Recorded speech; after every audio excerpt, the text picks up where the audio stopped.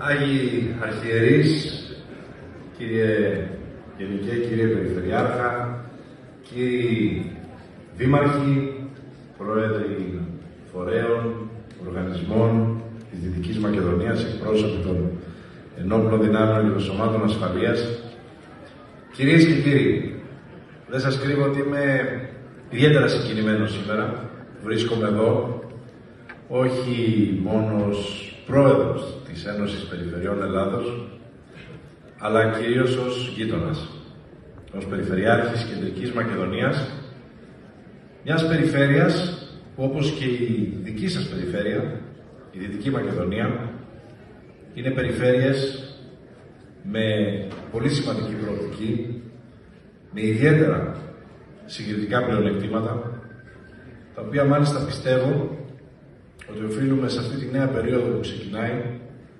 να αντιμετωπίσουμε ακόμη πιο στενά από κοινού. Και το λέω αυτό γιατί πίστευα και πιστεύω, και μάλιστα αμέσως μετά την ανάληψη των νέων καθηκόντων θα αναλάβω μια πρωτοβουλία για τις τρεις περιφέρειές μας, Κεντρική, Δυτική και Ανατολική Μακεδονία Θράκη, ότι θα πρέπει σε κάποιους συγκεκριμένους τομείς να αναπτύξουμε ένα πλαίσιο συνεργασίας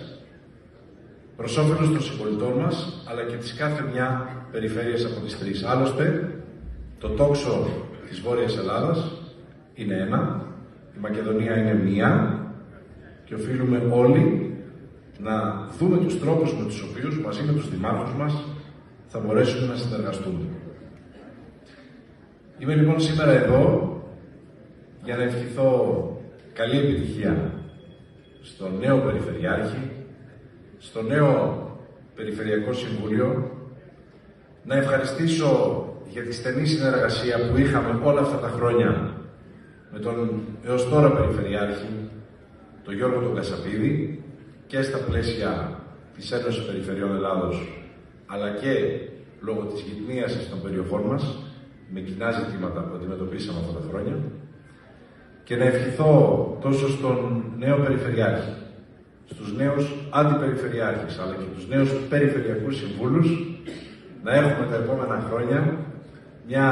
εξίσου στενή, αποτελεσματική και ουσιαστική συνεργασία προς όφελος της Δυτικής Μακεδονίας και συνολικά όλης της Μακεδονίας και της Βόρειας Ελλάδας. Καλή θητεία σε όλους, καλές γιορτές και σας ευχαριστώ για την πρόσκλησή σας να είμαι σήμερα εδώ.